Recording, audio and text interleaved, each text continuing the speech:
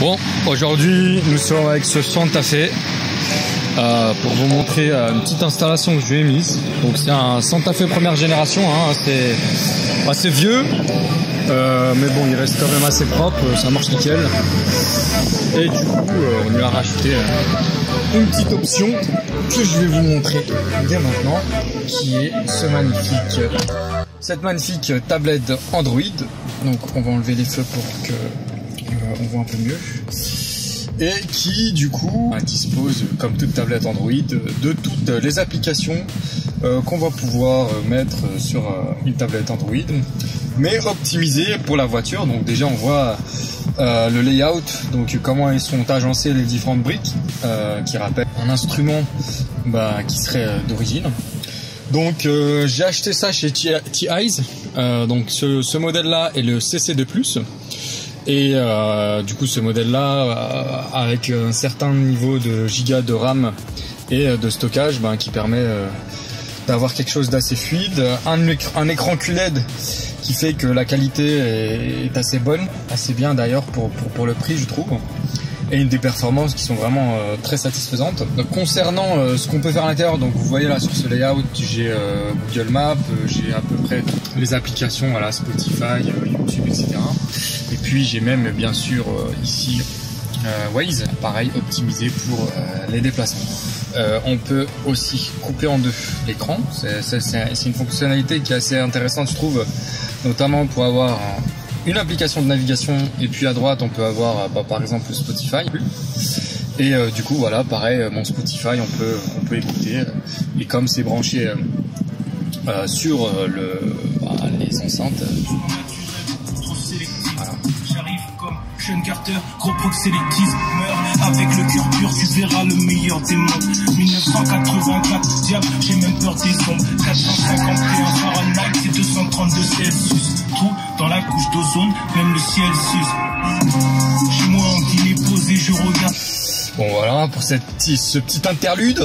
Donc voilà, franchement je suis assez satisfait de tout ça. Donc voilà, bien sûr si on veut s'arrêter, donc on peut retourner en mode écran, on peut aller, voilà, c'est comme une tablette Android, on a notre petite YouTube, et on a toutes nos applications ici qu'on va pouvoir télécharger. Donc voilà, et même voilà, comme vous voyez, même les jeux, ici Fruit Ninja, c'est vraiment comme une tablette Android.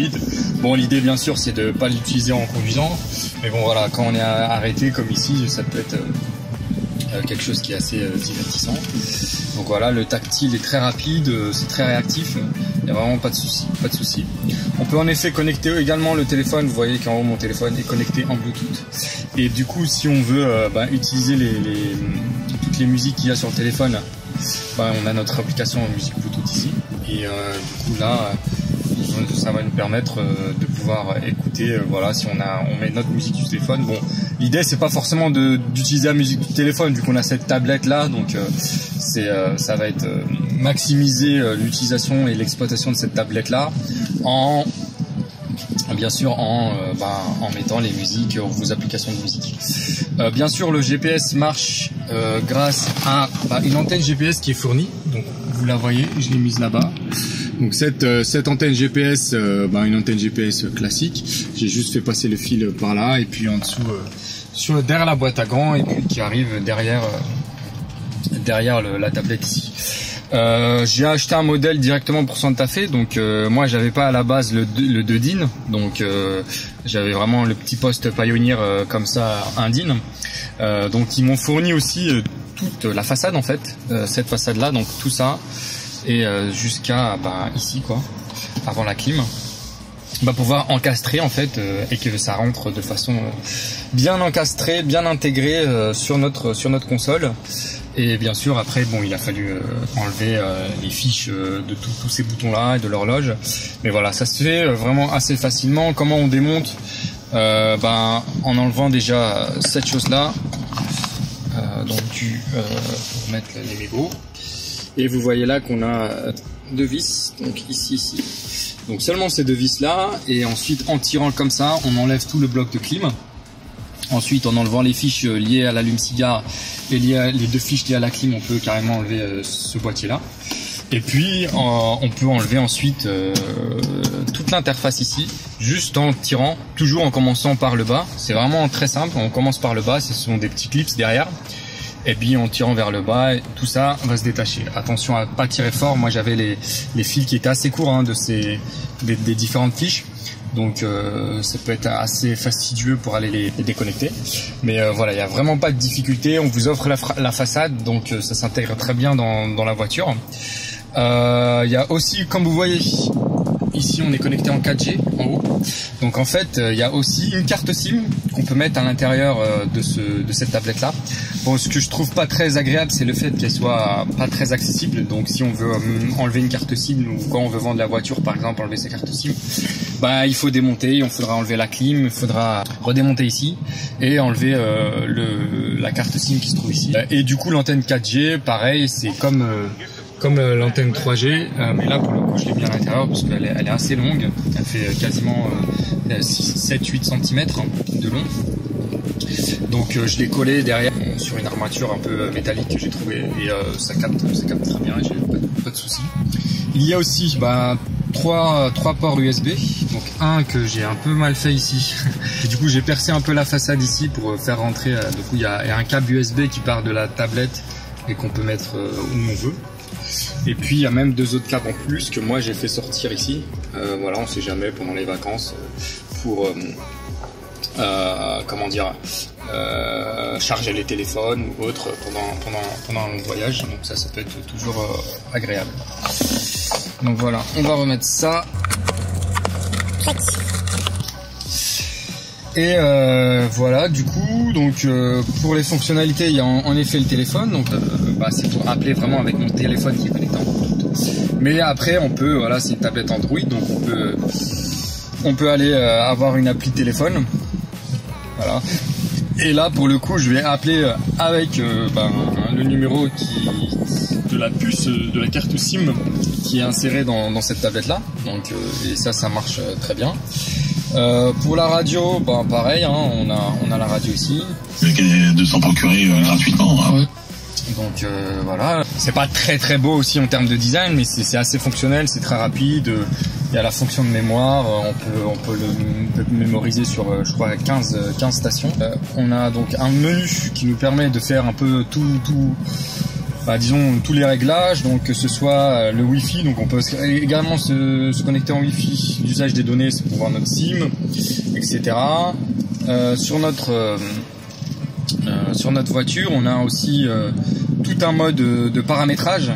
Donc moi c'est une voiture assez ancienne, donc j'ai vraiment pas de palais autovolant, bon à part les régulateurs de vitesse ici, mais qui sont pas du tout liés à la radio ou aux instruments par exemple. Mais voilà, on pourra faire des réglages du volant. Je peux définir mes différentes palettes au volant, comment les interpréter par cette tablette. Pour les modèles les plus récents, on a même une sélection du modèle avec CAN bus. Et là, pour ceux qui ont CAN bus, c'est aussi très simple. Il faut aller regarder sur le site internet si c'est compatible avec la vôtre. En termes d'affichage, ça nous permet par exemple de régler si voilà, quand j'allume les feux, ça me met en mode nuit, donc on voit les boutons s'allumer à gauche et l'écran la luminosité de l'écran qui baisse. Donc voilà, on peut régler ça, le son, et en général voilà, là c'est les paramètres qui vont nous permettre un peu l'ergonomie de notre tablette. Donc ici application de navigation, Waze par exemple, application à l'écran d'accueil, map, voilà, il y a tout un tas de choses qui sont intéressantes. Et voilà, pour l'utilisateur, voilà, si vous voulez changer de langue, etc. Donc vraiment, je trouve que c'est vraiment très intéressant, c'est vraiment très utile. On a tout, on a nos applications de musique, on peut, quand on s'arrête, on a notre recherche internet avec Chrome, on a notre application YouTube, on peut lire la musique avec notre Bluetooth sur notre téléphone ou la musique qu'on aurait branchée par exemple en USB ici. Donc on peut très bien mettre une clé USB ici et retrouver notre musique qu'on a sur clé USB dans ce genre de choses. Donc assez agréablement surpris, surtout l'intégration, je trouve, elle est assez intéressante. Et le bonus, je vais vous montrer dès maintenant, c'est quand on passe la marche arrière, eh bien on a notre petite caméra de recul. Et ça, pour un gros bébé comme celui-là, bah c'est toujours très intéressant. Et pareil, donc ça, il faut un peu de montage parce que ça se fait pas directement, mais pareil, il y a le fil qui part derrière de la tablette que j'ai fait passer derrière la boîte à gants.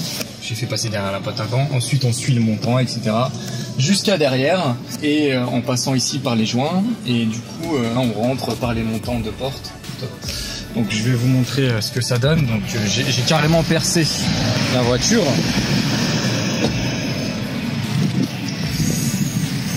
Donc, voilà, on la voit ici. Elle est pas très discrète, elle est un peu grosse.